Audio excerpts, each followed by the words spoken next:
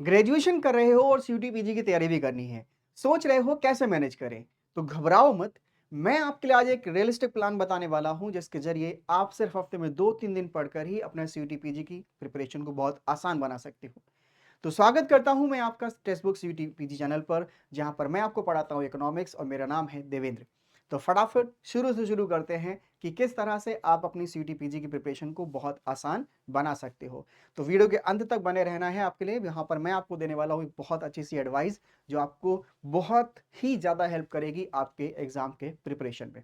चलिए वीडियो को शुरू करते हैं। तो बहुत सारे मेरे साथी ऐसे हैं जो कि ऐसा मानते हैं कि हम सीयूटी पीजी की प्रिपरेशन बाद में शुरू करेंगे। 2-3 महीने जब बचे होंगे तो हम शुरू करेंगे और हम वहाँ पर अपनी तैयारी को बहुत अच्छे से कर लेंगे। लेकिन मैं आपकी जानकारी के लिए बता दूं कि सिलेबस बहुत बड़ा है।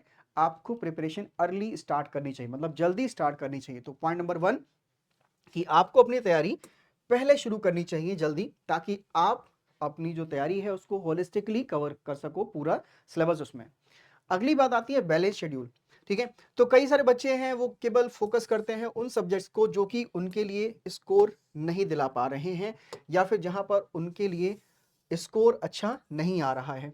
लेकिन मैं आपको बता दूं कि आपको अपना जो टाइम है वो बराबर एलोकेट करना है सारे सब्जेक्ट में, सारे सेक्शंस में, ताकि आप अच्छे से सारे सब्जेक्ट्स को, सारे टॉपिक को यहाँ पर कवर कर सको। दूसरी बात, बहुत सारे बच्चे ऐसे हैं कि वो सोचते हैं कि जब हमारा जो सिलेबस है पूरा कवर हो जाएगा तब हम मॉक टेस्ट देंगे। तो ये बहुत ही एक कह सकते हैं खराब स्ट्रेटेजी है। यहाँ पर आपको फॉलो करना चाहिए कि भाई मुझे अपना टाइम पर सिलेबस कवर होना हो, लेकिन मुझे अपना मॉक टेस्ट देते रहना है ताकि मैं तैयारी को और अच्छे से कर सकूं। ठीक है, हफ्ते में 2 दिन भी दे रहे हो, लेकिन कंसिस्टेंटली दो, क्योंकि आपका क्वालिटी जो है वो ज्यादा मैटर करती है क्वालिटी से। अगली बात हम करते हैं सिलेबस की। तो आपको अपने सिलेबस और एग्जाम पैटर्न को बहुत अच्छे से समझना है। आपको यहाँ पर एक बात मैं बता दूं कि over reliance on graduation notes, बहुत सारे बच्चे ऐसे हैं कि जो केवल और केवल अपने ग्रेजुएशन नोट्स पर ही रिलाय करते हैं। ये बहुत गलत बात है। आपको भाई उसके साथ साथ एनसीईआरटी को भी रेफर करना है, जो आपके रेफरेंस बुक हैं उनको भी यहाँ पर देखते हुए चलना है, ताकि आपकी प्रिपरेशन बहुत अच्छे से हो सके। नेक्स्ट आता है आपका नेग्लेक्टिंग सेक्शनल वेटेज। ठीक है, तो यहां पर E section of the subject should be covered accordingly as per the PYQ pattern. तो जो भी आपका एग्जामिनेशन है ना, उसमें आपके जो सब्जेक्ट पूछे जा रहे हैं उनका आपको सेक्शनल वेटेज भी देखते हुए चलना है कि किस सेक्शन से कितने सवाल आ रहे हैं। दूसरी बात, हर बार जो एनटीए है कुछ ना कुछ सब्जेक्ट नए जोड़ देता है, कुछ पुराने खत्म कर देता है, या फिर जो पुराने सब्जेक्ट हैं उसमें कुछ नया सिलेबस ऐड कर देता है। तो यहाँ पर आपको नया पैटर्न जो है, वो जो एडिशनल सब्जेक्ट, एडिशनल पैटर्न जो आपके, एडिशनल टॉपिक जो आपके आए हैं, उनको आपको यहाँ पर अच्छे से ध्यान में रखकर ही आगे तैयारी करनी है। वो आपको कहाँ मिलेगा? वो आपको मिलेगा एनटीए की वेबसाइट पर। जब ये ऑफिशियल सिलेबस डिक्लेयर करते हैं तो आपको उसे डाउनलोड करना है, और डाउनलोड करने के बाद अपने जो टेबल है उस पर रख लेना है। एक प्रिंटेड सिलेबस आपके पास होना चाहिए, ताकि जब चाहे तब आप उसमें अपना कॉपी से, पेन से उसको मार्क कर सको। ठीक है, चलो अगली बात आती है step number 3, weak test strategies. ठीक है, तो आपको क्या करना है, जब आपका सिलेबस कंप्लीट नहीं भी हुआ है तब भी आप लोग टेस्ट देते रहिए, मॉक टेस्ट दो। क्यों, इसका मैं बता रहा हूं रीजन क्या इसके पीछे।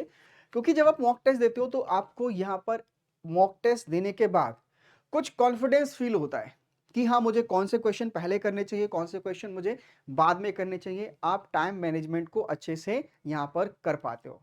ठीक है, तो आपको क्या करना है, सॉल्विंग सीक्वेंसली। ठीक है, हार्ड क्वेश्चन बेस्ड टाइम, आपका हार्ड क्वेश्चन बेस्ड करते हैं time, attempt easy once first, mathematical aptitude before logic. ठीक है, तो ऐसे सब्जेक्ट्स, ऐसे आपके टॉपिक्स जहां पर आपको दिक्कत आ रही है वो आपको भी छोड़ देना है। आपको सबसे पहले जो इजी क्वेश्चंस हैं, जो आपको यहां पर समझ में आ रहे हैं, उनको पहले सॉल्व करना है। नेक्स्ट है गैस वर्क एरर्स। ठीक है, लोग करते क्या है कि उनको एक भी ऑप्शन पता नहीं है, फिर भी वहां पर फिर भी वो मार्क करके चले जाते हैं। और इससे क्या होता है, इससे भाई उसके लिए यहाँ पर पेनल्टी लग जाती है। तो आपको कम से कम क्या करना है कि अगर आपके क्वेश्चन में 4 ऑप्शन बेसिकली गिवन है, तो कम से कम 2 आपको एलिमिनेट करने आने चाहिए कि भाई ये तो ऑप्शन में नहीं है। ठीक है, ये करेक्ट आंसर नहीं है। तब आपके पास जो 2 ऑप्शन बचे हैं उनमें से आप एक गैस वर्क लगाकर आ सकते हो। ठीक है, अगली बात आती है poor revision. Cramming causes confusion, revise की formulas, example statistics, weekly using flash cards. तो आपको कभी भी रटना नहीं है। रटने से क्या होता है कि आपको कंफ्यूजन क्रिएट होता है। आपको रटने के बजाय यहां पर काम करना है कि मैं कुछ ऐसे फ्लो चार्ट बनाऊं, निमोनिक्स बनाऊं, ताकि मुझे याद करने में थोड़ी आसानी रहे। तो ये आपके स्टेप्स हैं जो आपको फॉलो करने हैं। अब मैं आपको बता दूं मंथली स्टडी प्लान कि आपको कैसे कैसे अपनी तैयारी शुरू करनी चाहिए। तो इकोनॉमिक्स की अगर मैं बात करूं तो मैं आपको जून से लेकर फरवरी तक का पूरा आपको बता रहा हूं यहां पर स्ट्रेटेजी कैसे काम करने वाली है। तो वीकली कमिटमेंट की बात करूं तो यहां पर आपको 2 से 3 दिन देने हैं और 2 से 3 घंटे प्रतिदिन देने हैं। मतलब एक वीक में आपको 2 से 3 दिन देने हैं और 2 से 3 घंटे प्रतिदिन आपको यहां पर अलॉट करने हैं। तो जून जुलाई में आपको क्या करना है, अपना फाउंडेशन बिल्डिंग करना है। क्योंकि जैसे आप कोई घर बनाते हो तो घर बनाने से पहले उसकी बुनियाद बनाई जाती है। तो ऐसे ही आपको पहले बुनियाद बनानी है, बुनियाद बनाने के बाद आप उस पर घर बना पाओगे अच्छे से। ठीक है, तो यहां पर आपको माइक्रो इकोनॉमिक्स और मैथमेटिकल मेथड्स को यहां पर अच्छे से पढ़ना है। अब इसके बाद हम बात करें तो जो ग्रेजुएशन के कॉन्सेप्ट्स हैं आपके, उनको आपको रिवाइज करना है। उसके अलावा बात करूं तो जो बेसिक एमसीक्यूज होते हैं वो आपको रिवाइज करने हैं, उनको सॉल्व करना है। अगली बात आती है कि यहां पर आपका जो एनसीईआरटी है उसका बहुत बड़ा रोल है। क्योंकि हम लोग ये भूल जाते हैं कि यार एनसीईआरटी है, क्यों पढ़ना है, इसलिए हम तो क्लास 12 में पढ़ चुके हैं, 11 में पढ़ चुके हैं। लेकिन भाई आपको एनसीईआरटी बिल्कुल नेग्लेक्ट नहीं करनी है। आपको एनसीईआरटी, चाहे वो आपका यूपीएससी की प्रिपरेशन हो, चाहे वो स्टेट पब्लिक सर्विसेज कमीशन की प्रिपरेशन हो, चाहे वो आपका सीयूटी पीजी की प्रिपरेशन हो, चाहे सीयूटी यूजी की प्रिपरेशन हो, हर जगह पर आपको यहाँ पर एनसीईआरटी आपको हेल्प करेगी। तो एनसीईआरटी यहाँ पर आपको देखना है, ग्रेजुएशन नोट्स के देखना है और उसके बाद आपको प्रैक्टिस करना है एमसीक्यूज। तो इस तरह से आपकी यहाँ पर फाउंडेशन यानी कि जो आपकी बुनियाद है वो मजबूत हो जाएगी। अगली बात करते हैं जून जुलाई। ठीक है, हाँ, तो ये हमने देख लिया था। अब अगर हम बात करें इसका वीक प्लान, ठीक है, तो वीक प्लान में क्या देखोगे आप लोग, डे 1 में आप क्या देखोगे कि भाई माइक्रो है, कंज्यूमर और प्रोडक्शन थ्योरी को आप लोग आराम से देख लोगे, इसको देख लीजिए आप लोग। फिर दूसरा दिन जो होगा उसको आप लोग मैथ्स को दीजिए। इसमें आप लोग क्या करेंगे, फंक्शंस और डिफरेंशिएशन को पढ़ेंगे। ठीक है, तीसरा दिन जो आपके पास ऑप्शनल है उसमें आप लोग प्रैक्टिस कीजिए अपने एमसीक्यूज को। तो इस तरह से आपने एक हफ्ते में 3 दिन अपना दे दिया है। अगले हम लोग बात करते हैं यहाँ पर अगस्त सितंबर की। तो अगस्त सितंबर में क्या करना है, आपको एडवांस माइक्रो पढ़ना है और start micro economics. Micro economics में जैसे आपका मार्केट स्ट्रक्चर है, वेलफेयर है, ये आपको अच्छे से पढ़ना है, समझना है। माइक्रो इकोनॉमिक्स में आपका नेशनल इनकम है, एम्प्लॉयमेंट थ्योरीज है, ये पढ़िए। प्रीवियस ईयर क्वेश्चंस को आप लोग सॉल्व करिए। और जब हम बात करें वीक प्लान की, तो वीक प्लान में आप लोग क्या करोगे, डे 1 में microeconomics, general equilibrium, market. Day 2 में आप लोग macro, Keynesian, classical models. Day 3 में आप लोग प्रैक्टिस कीजिए from CUT PG mock test. तो यहां पर आपका अगस्त में ही शुरू हो गया है यहां पर मॉक टेस्ट देना। आपको वेट नहीं करना है, लास्ट में जाके मॉक टेस्ट देंगे। ठीक है, तो इस तरह से आपका स्ट्रेटजी काम करने वाली है। अक्टूबर नवंबर की बात करते हैं तो यहां पर इंडियन इकोनॉमी प्लस स्टैटिस्टिक्स को पढ़ना है आपके लिए। इंडियन इकोनॉमी सिंस 1947 को पढ़िए। ग्रोथ है, ग्रोथ मॉडल है, सेक्टरल ट्रेंड्स है, इनको पढ़िए। स्टैटिस्टिक्स में आपको पढ़ना है मीन, वेरिएंस, कोरिलेशन और रिग्रेशन।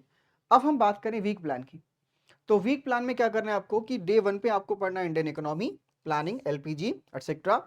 डे 2 में आपको करना है स्टैटिस्टिक्स और डे 3 में करना है आपको प्रैक्टिस पीवाईक्यूज।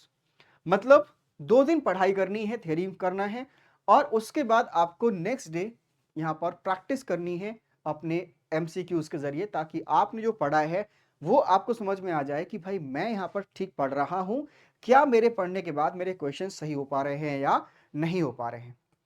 अगली बात हम लोग करते हैं यहां पर, ठीक है, दिसंबर में। तो दिसंबर में हम लोग बात करें, दिसंबर में आता है आपका डेवलपमेंट प्लस इंटरनेशनल इकोनॉमिक्स। ठीक है, फिर human development, poverty, trade theories, balance of payment.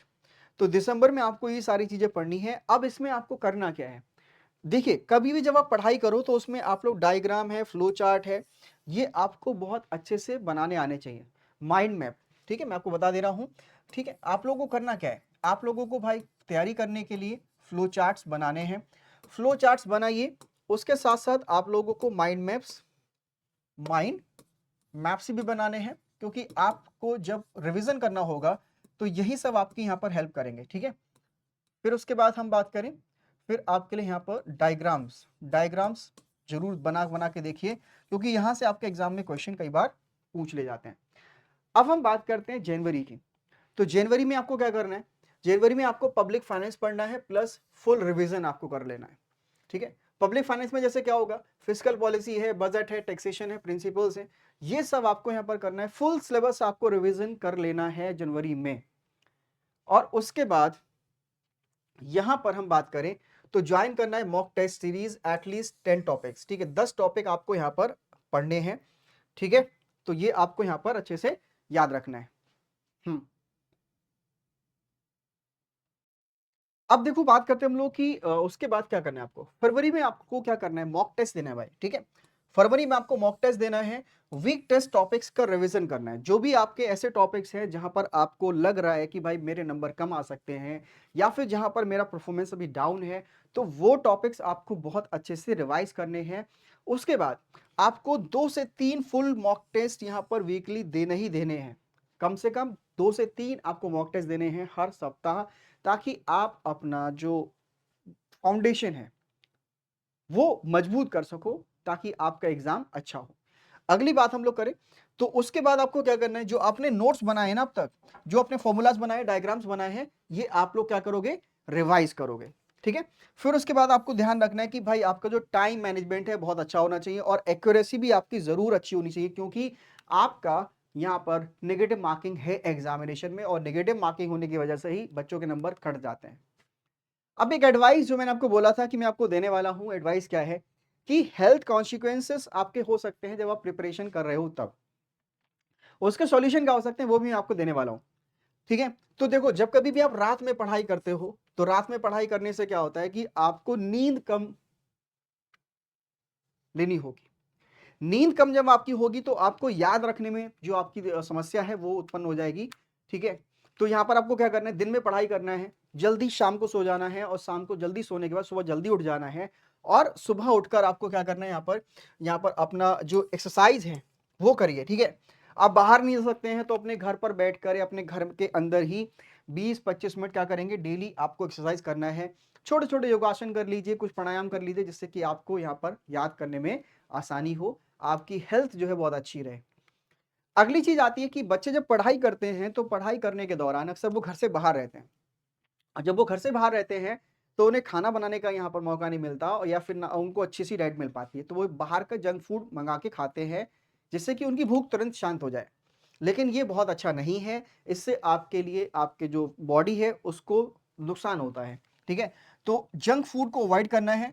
ठीक है, नट्स और फ्रूट्स को यहाँ पर ऑप्ट करना है आपके लिए, sustain energy during 3 hours exam. ठीक है, तो यहाँ पर आपके लिए जब आपका एग्जाम होने वाला है, आप प्रिपरेशन जब कर रहे हो, तो आपको अपनी हेल्थ का भी बहुत अच्छे से ध्यान रखना है। तो हेल्थ का ध्यान कैसे रखोगे, प्रॉपर आपको नींद लेनी है, प्रॉपर आपको खाना लेना है, और उसके साथ साथ प्रॉपर आपको एक्सरसाइज भी करनी है, जिससे आपकी बॉडी जो है बहुत अच्छी हो और आप अपना एग्जाम अच्छे से दे पाओ।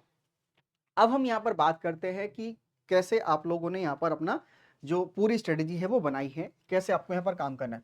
सबसे पहली चीज तो ये है कि आपको अर्ली स्टार्ट कर देना है, आपको ज्यादा समय नहीं गंवाना है, क्योंकि पेपर बहुत बड़ा है, सिलेबस बहुत वाइड है। जो भी आपके एग्जाम होने वाले हैं उनका सिलेबस आपके टेबल है उस पर रखा होना चाहिए, उसमें सब कुछ आपका वेल डिफाइंड होना चाहिए कि क्या आ रहा है क्या नहीं आ रहा है। मॉक टेस्ट, 2 मॉक टेस्ट आपका यहाँ पर जरूर आप दें, ताकि आप अपनी गलतियों को पहचान सकें, क्योंकि गलतियों को तभी आप सुधार पाओगे जब वो आपको दिखाई देंगी। सिर्फ पढ़ने से आपकी गलतियां यहाँ पर दिखाई नहीं देती हैं। उसके अलावा मैं आपको बात करूं कि आप लोग यहाँ पर कौन सी यूनिवर्सिटीज को टारगेट कर रहे हो, तो जो यूनिवर्सिटीज आप टारगेट कर रहे हो उन यूनिवर्सिटीज को भी आपको बहुत अच्छे से देखना है, और पास्ट ईयर का उनका कट ऑफ कितना रहा है, उसी हिसाब से आपको यहाँ पर अपनी प्रिपरेशन करनी है। ठीक है, सेल्फ केयर बहुत जरूरी है यहाँ पर, क्योंकि जब जहान जान है तो जहान है, क्योंकि अगर आप अपनी सेल्फ केयर नहीं करोगे तो फिर आपके एग्जाम के टाइम पर आपको हो सकता है दिक्कत आ जाए।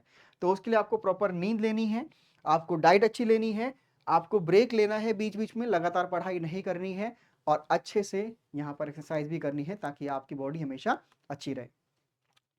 तो जो कोई भी मेरे भाई या मेरे जो बहुत अच्छे साथी हैं जो तैयारी करना चाहते हैं सीयूटी पीजी की, और अभी तक वो कंफ्यूज हैं, तो उनके लिए हम लेकर आए हैं लक्ष्य बैच, जहां पर आपके CUT-PG 2026 के एग्जाम की प्रिपरेशन आपकी कराई जा रही है।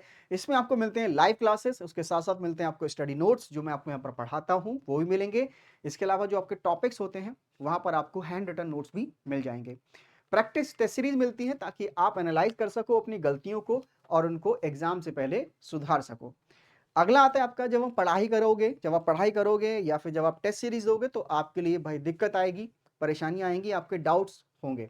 तो जो डाउट्स होंगे वो आप क्लियर कर सकते हो हमसे। और उसके साथ साथ last but not the least, जब आपका एग्जाम हो जाएगा तो उसके बाद आपको मिलता है यहाँ पर कॉलेज काउंसलिंग असिस्टेंस। तो जो कॉलेज काउंसलिंग असिस्टेंस है बहुत ज़रूरी हो जाता है, क्योंकि बहुत सारे बच्चे ये कन्फ्यूज़न में रहते हैं कि उन्हें कौन से कॉलेज में एडमिशन लेना है, कौन से कॉलेज में एडमिशन नहीं लेना है, कहाँ का प्लेसमेंट आपका अच्छा है, कहाँ की फ़ीस कम है, जहाँ के एलुमनाई अच्छे हैं। तो ये सारी चीज़ें आपको हम बताएँगे ताकि आपका बेस्ट कॉलेज में एडमिशन हो सके। तो इसी तरह के लेटेस्ट अपडेट्स के लिए आपको जुड़े रहना है मेरे टेलीग्राम चैनल पर। ये उसका क्यूआर कोड है, आपको ये स्कैन करना है। स्कैन करने के बाद आपको मिलता क्या है? सबसे पहली बात तो ये है कि जो भी आपका लेटेस्ट एग्जाम रिलेटेड अपडेट्स होंगे वो मैं आपको यहाँ पर देता हूँ। अलॉन्ग विद फ्री क्लासेज जो मैं आपके कंडक्ट कराता हूँ उसका आपको लिंक भी यहाँ पर मिलता है इस टेलीग्राम में। और उसके साथ साथ आपको यहाँ पर मिलते हैं एक्सक्लूसिव स्टडी टिप्स जो कि मैं आपको देता हूँ ताकि आपका एग्जाम अच्छा हो और आप अपने भविष्य में अच्छा कर सकें। तो ये तो था आज का वीडियो। आशा करता हूँ कि मैंने आपको जो जानकारी दी है वो आपको बहुत अच्छी लगी होगी। आप उसको फॉलो करके अपनी CUT-PG की प्रिपरेशन को आसान बनाओगे। तो फिर मुलाकात होगी आपसे नेक्स्ट वीडियो में। तब तक के लिए बस पढ़ते रहिए और बढ़ते रहिए।